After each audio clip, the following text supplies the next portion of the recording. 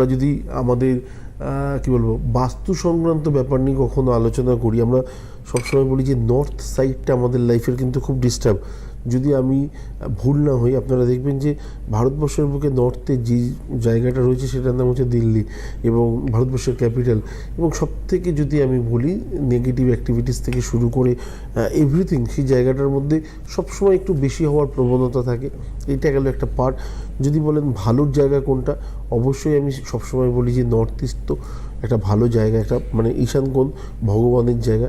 এবং আপনি যদি সাউথের জায়গাটাও যদি দেখেন, তো সাউথেও কিন্তু স্পেশালি খুব পজিটিভ, এবং সাউথ ওয়েস্টের মধ্যেই কিন্তু অবশ্যই আমাদের টেম্পেল, তিরুপতি বালাজির টেম্পেল রয়েছে। তো বিভিন্ন জায়গাগুলো, এই মানে কি তেলেঙ্গানাতে কখনো ডিস্টার্ব নেই বা নেগেটিভ কিছু হতে পারে না, এরকম কি কখনো হয়?